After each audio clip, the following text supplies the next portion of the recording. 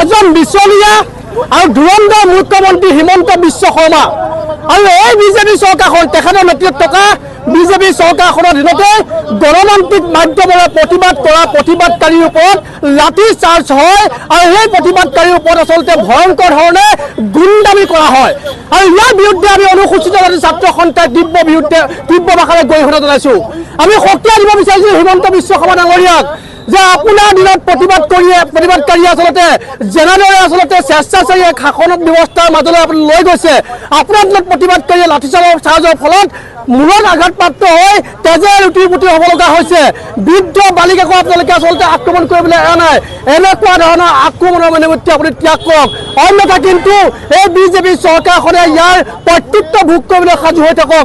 মুঠৰ ওপৰত গণতান্ত্ৰিকভাৱে আন্দোলন কৰা আন্দোলনকাৰীৰ ওপৰত যি অন্যায় কৰিলে, যি উৎপীড়ন কৰিলে, ইয়াৰ বিৰুদ্ধে অনুসূচিত ছাত্ৰ সন্থাই মাত মাতিছে আৰু অনাগত দিনত কিন্তু ইয়াৰ বিৰুদ্ধে জংগী আন্দোলন কাৰ্যসূচী হাতত ল'বলৈ আমি বাধ্য হ'ম। আপোনালোকে চাওক যে কালি ধুবুৰীত নিজৰ ন্যায্য প্ৰাপ্তি অধিকাৰৰ বাবে কোচ ৰাজবংশী লোকে সম্পূৰ্ণ গণতান্ত্ৰিকভাৱে আন্দোলন কৰিছিল। এই গণতান্ত্ৰিক আন্দোলনকাৰীৰ ওপৰত পুলিচে যিধৰণে বৰ্বৰ নিৰ্যাতন চলালে তাৰ আমি তীব্ৰ বিৰোধিতা কৰিছোঁ, গৰিহণা দিছোঁ।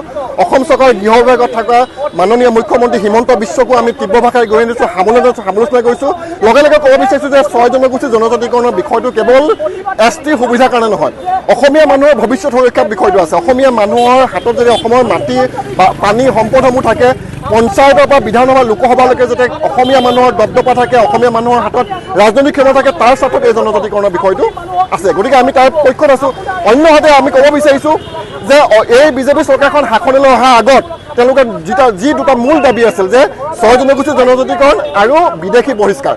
এতিয়া কি হৈছে, হিন্দু বঙালীক অসমত সংস্থাপন কৰাৰ স্বাৰ্থত, হিন্দু বঙালীক ৰাজনৈতিক আৰু আৰ্থসামাজিকভাৱে প্ৰতিষ্ঠা কৰাৰ স্বাৰ্থত তেওঁলোকে 6 জনগোষ্ঠী জনজাতিকৰণৰ বিষয়টো তল পেলাব বিচাৰে আৰু অসমৰ মাটি সম্পদসমূহ যাতে পুঁজিপতি গোষ্ঠী গোটাই দিয়ে, সেইকাৰণে অসমক জনজাতি ৰাজ্য ঘোষণাৰ পৰা বিৰত ৰাখিবলৈ কাৰণে 6 জনগোষ্ঠী জনজাতিকৰণৰ পৰা তেওঁলোকে আঁতৰ ৰাখিছে। আৰু লগে লগে ক'ব বিচাৰিছোঁ যে উজনিত যেতিয়া এই দাবীসমূহৰ প্ৰতি ব্যাপক গণ আন্দোলন হৈছে, গণ অভ্যুত্থান হৈছে, উজনিত যেতিয়া ৰাজপথত জুই ফুল ফুলিছে, তেওঁলোকৰ চকুত সৰিয়হ ফুল দেখিবলৈ আৰম্ভ কৰিছে। গতিকে এই সৰিয়হ ফুল দেখাটো কণ্টিনিউ হ'ব। অনাগত সময়ত চৰকাৰৰ পৰা তেওঁলোকক দেখুৱাবলৈ গণ অভ্যুত্থান হ'ব আৰু তাৰ আগজাননী আমি দেখিবলৈ পাইছোঁ উজনিৰ পৰা নামনিলে। আৰু এই চৰকাৰখন সম্পূৰ্ণ অসহিষ্ণু। উজনিত আন্দোলন দেখিলে নামনিত তেওঁলোকে সহ্য কৰিব পৰা নাই। গতিকে নামনি মানুহক আমি আহ্বান জনাইছোঁ যে এই চৰকাৰখনক উৎসুৱাই কৰি ওলাবৰ কাৰণে ৰাজপথত ওলাই আহক। হয়, আপোনালোকে জানে যে সদৌ কোচ ৰাজবংশী ছাত্ৰ সন্থাই যোৱাকালি ধুবুৰী গোলোকগঞ্জৰ পৰা এক শান্তিপূৰ্ণভাৱে আইন পৰিস্থিতি নিয়মানুৱৰ্তিতা মানি তেওঁলোকে যুৱ সমদল কাৰ্যসূচী বাহিৰ কৰিছিলে। কিন্তু সেই খুব নিয়াৰিকৈ চলি থকা যুৱ সমদলটো কাৰ্যসূচীৰ মাজতে ধুবুৰী আৰক্ষী অধীক্ষক লীনাদলৈৰ নিৰ্দেশত আমাৰ কৰ্মীসকলক খুব গুৰুলগুলকৈ প্ৰহাৰ কৰা হৈছে। আমাৰ জ্যেষ্ঠ কৰ্মকৰ্তাক বেতেৰে কোবাই মূৰ ফালি দিয়া হৈছে। বৃদ্ধ বনিতা যিসকল কাৰ্যসূচীলৈ ওলাই আহিছিলে তেওঁলোকক কঁকালত গুৰ মৰা হৈছে। সৰু ল'ৰা ছোৱালীক কঁকালত ধৰি দলিয়াই দিয়া হৈছে। 2জনকৈ মহিলা প্ৰতিবাদকাৰীক তেওঁলোকে মৰিয়াই ভৰিত জখম কৰিছে, 2জনে ভৰি ফ্ৰেকচাৰ হৈছে।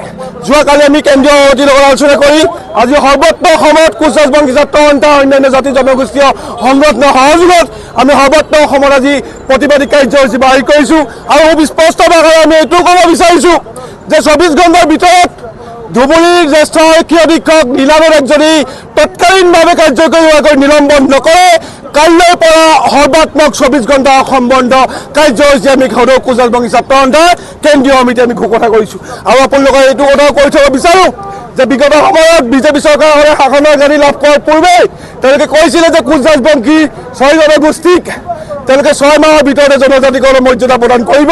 কিন্তু আজিগৱৰ্তী তেওঁলোকে সেই তেওঁলোকৰ যি কথা তেওঁলোকে ৰাখিব নোৱাৰিলে। খুব শেহতীয়াকৈ মুখ্যমন্ত্ৰী মহোদয়ে এইটোও কৈছিল যে অক্টোবৰ মাহত তেওঁলোকে জনজাতিকৰণৰ যি প্ৰতিবেদন আছে সেই প্ৰতিবেদন কেন্দ্ৰীয় চৰকাৰলৈ প্ৰেৰণ কৰিব।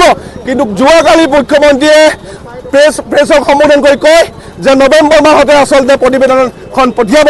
ইয়াৰ পৰা আমি এইটো কথা স্পষ্টকৈ অনুভৱ কৰিব পাৰিছোঁ যে অহা 2026 নিৰ্বাচনী বৈতৰণি পাৰ কৰাৰ বাবে কোচ ৰাজবংশীসকলক পুনৰবাৰ গিৰিপিক সজাই তেওঁলোকে ৰাজনৈতিক বৈতৰণি পাৰ কৰাৰ তেওঁলোকে চিন্তা কৰিছে আৰু কবি সদৌ কোচ ৰাজবংশী ছাত্ৰ সন্থাই আমি এইটো কথাও কৈ থব বিচাৰোঁ যে বিজেপি যি চল চাতুৰি কোচ ৰাজবংশী ছাত্ৰ সন্থাই কোনোখন নামানে আৰু এই চল চাতুৰি গুফুৱাই দিবলৈ আমি সদৌ কোচ ৰাজবংশী ছাত্ৰ সন্থা বদ্ধপৰি কৰোঁ যিকোনো খবৰৰ বাবে যোগাযোগ কৰক 7099017330 লগতে 7099017110 নম্বৰত।